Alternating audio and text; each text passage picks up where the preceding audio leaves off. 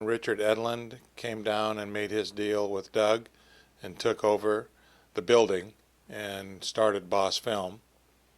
And our first two films were Ghostbusters in 2010. So we had a model shop that moved from the Boss Film facility around the corner, so we had our own building, and then that's when Marc took over, I believe, as the head of the model shop. Greg Jean was first sort of, I think was running things, but I don't think he wanted to. But whatever it was, we ended up with a core model shop group that stayed off and on there for years, working on films like 2010 and Ghostbusters. We worked on those two at the same time, sort of, putting the right models out on display when the producers would show up from one show or the other show. So we had, obviously we had the model shop where we built the stuff, and there was a little bit of a stage there, but the main stages were over at the building on Maxella, which had been Stoic, Star Trek Optical, and then Boss Film itself. And, there was the usual dropping stuff on the floor and things breaking, little small pieces, and it was always at the most crucial time. I remember requesting that they put carpeting on the floor in our model shop because I think I was prone to dropping stuff a lot. So and they actually did it. And it helped. Things instead of falling directly on cement, it would fall on some carpet. I brought in my own, Oriental rug and put it in the spray booth. And it was not just for visual, because I had a couch in there and refrigerator and everything in the spray booth, but it was so if you drop something, the chances of it breaking were a lot less, hitting a rug than cement. Yeah, for sure I did. People used to come in and wonder what kind of guy is this with rugs in the spray booth. They didn't get it. The important thing was, though, of course, as I met my wife when ILM, Edlund and his ILM group came down. I don't remember exactly how the transition occurred or when, but I did find myself working for Marc Stetson. That's where I met Bobby J. and some of the people I'd known from Magicam were there. But the first thing that I worked on was a small antenna that I believe is on the Discovery that's basically a motion control device that rotates and also has a tilt up and down.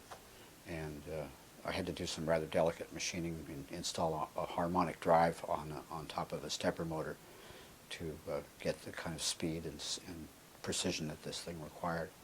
So Bobby J kind of turned me loose on that and gave me some pointers and some encouragement along the way, because my machine shop experience prior to that was somewhat limited. But Bobby was a good guy to work with because he was kind of crusty, kind of a curmudgeon, but he was, even at that stage of his career, he had a lot of movies behind him, and he knew that you only really have to go so far. It only has to be this good because they're going to shoot this way, and it's going to be on and off, done, walk away. So do it nice, but don't take all year. But that was a huge project, and it was interesting because Richard Edlund had just left Marin County, having gone up there to work on the second Star Wars movie. He decided eventually that rather than help George Lucas realize his filmic visions, he wanted to realize some of his own. So he came back to the Southland and sort of got a hold of a lot of the equipment that Doug Trumbull had for Future General and for ShowScan, and the facility, the building on Maxella mainly.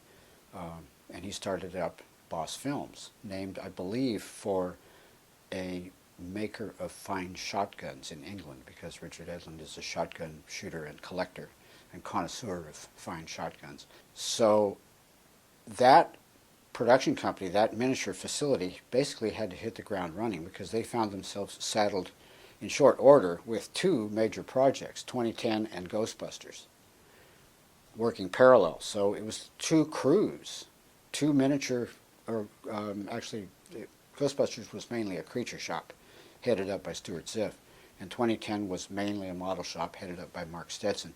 But we swapped personnel back and forth because both of these films had tight deadlines and had a lot of work. And we were building workbenches and animation tables and all kinds of stuff really fast, just so we could, as I said, hit the ground running. So it was a very exciting, dynamic time, and a busy shop, to say the least. I came up with a neat trick on Ghostbusters where there's a giant tabletop of Central Park with a broad boulevard full of model cars going up and down. And it's the scene where Stay Puft Marshmallow Man is walking around. He's threatening to do his mischief. And at one point he stomps on a pimpmobile, a pink Lincoln Continental, and crushes it. And another car veers out of the way and crashes into a fire hydrant. And they wanted to see a spray of water vapor coming up on this miniature tabletop set. And we found out fairly quickly that if you make a really fine little delicate jet of mist with water, the camera's not going to see it. The shot was basically lit with a high blue key light from behind as if it was moonlight. And the key light coming through that little spritz, never mind the fact that it was irrigating the whole set, they weren't seeing it. So I had to develop something in a big hurry that actually would photograph. And I got to talking with Ken Swenson, and he had worked on Raise the Titanic, and he talked about when the Titanic model comes up and we see water spilling down off the gunnels. They did the miniature kind of waterfall effect with salt, with fine, table salt, just allowing it to spill off. And it photographed in slow motion like water in that sort of context. So I thought, well, I don't want to mess around with salt because everything's going to start to rust right away, but I think there's some white sand around that looks just like salt. So I rigged up a little bottle down below the set, upside down, with a little tube going up where the fire hydrant was. And I put some compressed air on the bottle, and I had a button on the solenoid valve that I could cue the blast of air to push the sand up through this tube. And sure enough, lofting up into the air and falling back down upon itself, it looks just like miniature water, and it read perfectly on camera. So, but there's one scene that, because we did several takes on it, but there's one shot where the car that is supposed to hit the fire hydrant didn't move on. It actually stopped right over the hole. And so I'm down there frantically pumping away with the sand, and the car is kind of going up like this, and sand is coming out from all around it like that. The car is kind of humping up like this, Cut, that ain't it. The car's in the wrong position. Back to the start mark. Let's do it again. And each time, of course, we had to sweep up all the sand that accumulated on the set. But it was elaborate. There were people doing string pulls back and forth on the cars. Some of the cars were radio controlled. Some of them had practical lights. There's practical lights in the little miniature trees, and there's people down below the set tugging on monofilament to make the trees move a little bit to give them some life.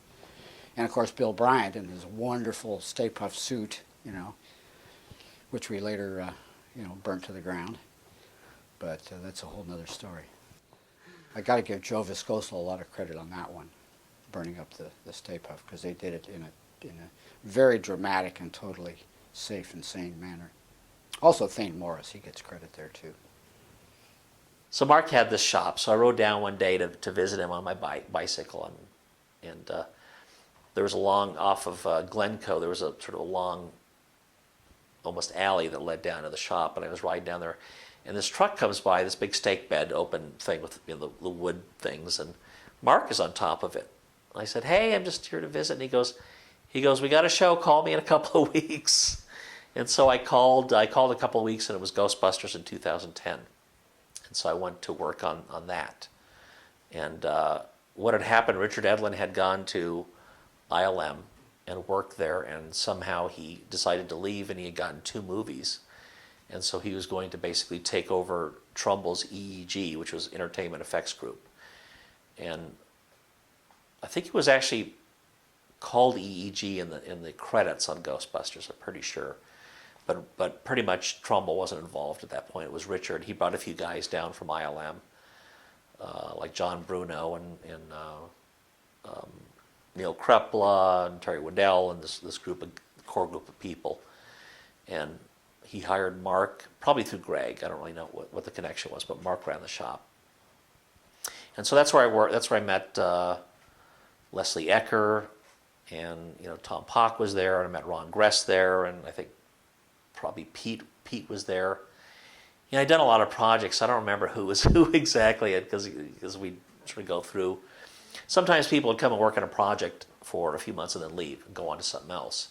They might not have been there for the whole thing, but they might just be sometimes for a few weeks to a few months. So it was a big turnover, because some of the projects ran quite a while. But I worked mainly in 2010 on the Leonov, and I did a little bit on Ghostbusters, but they're both going simultaneously in the same shop. And in this Glencoe building, the same building, they at this point had the whole building. In the front part, they had the creature effects department, where they were building the makeup stuff for Ghostbusters. The terror dogs, the full-size terror dogs, the little creepy librarian that goes that shushes you, and they were doing all the makeup stuff there. So we were all in one building, and then next door was another building that we're doing the photography in. So the motion control setup for the Leonov and the Discovery and all that stuff was next door, across the parking lot. We just walked, So I remember on Ghostbusters, I don't think I did anything like this, but the Marshmallow Man, when you first sort of see him coming, it's this you're sort of dolling over the rooftops, and you see his little hat sort of bobbing up over the roofs. Well, Marc Stetson still had the buildings from Blade Runner that they had built, and what they did is they built miniature, buildings from L.A. and then just retrofitted all this stuff on top. That was the Ridley Scott look for that movie, and it was like as if people put air conditioning and electronic stuff, on the outside of the buildings later. So Marc had the buildings, so a lot of that stuff was just stripped off, and the buildings were refurbished to be like just New York buildings. And so we got to make a lot of stuff for the rooftops, like chicken coops and water, those wood water towers, and I think I made a like an old water heater that was up, just junk on the rooftops, and so you're moving past the windows. You really don't see what's in the windows, but people had little scenes in these windows that I can't sort of go into, but there are funny little scenes that you couldn't really show. Somebody doing something to somebody. And one of the guys, they were making police cars for there's a shot where the guys it's over their shoulders, the Ghostbusters, they're on the building looking down at the Marshmallow Man walking. He's walking along the park, Central Park. And that was a full-size, that was Bill Bryant in his costume, and we had built a part of the park, and it was a forced perspective street that sort of made it look like it went back further than it was. And we had cars down there, police cars. And I remember one of the guys was making a police car, and he put on the dash a little mirror and lines of cocaine and razor blade, because it was in the cocaine era in the film business. And so it's just fun little stuff like that no one's going to see. It's so small. It was just sort of fun to do it. Richard Evelyn did the deal with Doug Trumbull, refired EEG, turned it into Boss Film, and started up work on 2010 and Ghostbusters. Because I came in from industrial design, I never felt precious about the models, and it took me a long time to realize that people attached value to these models other than the fact that they were recording images on film.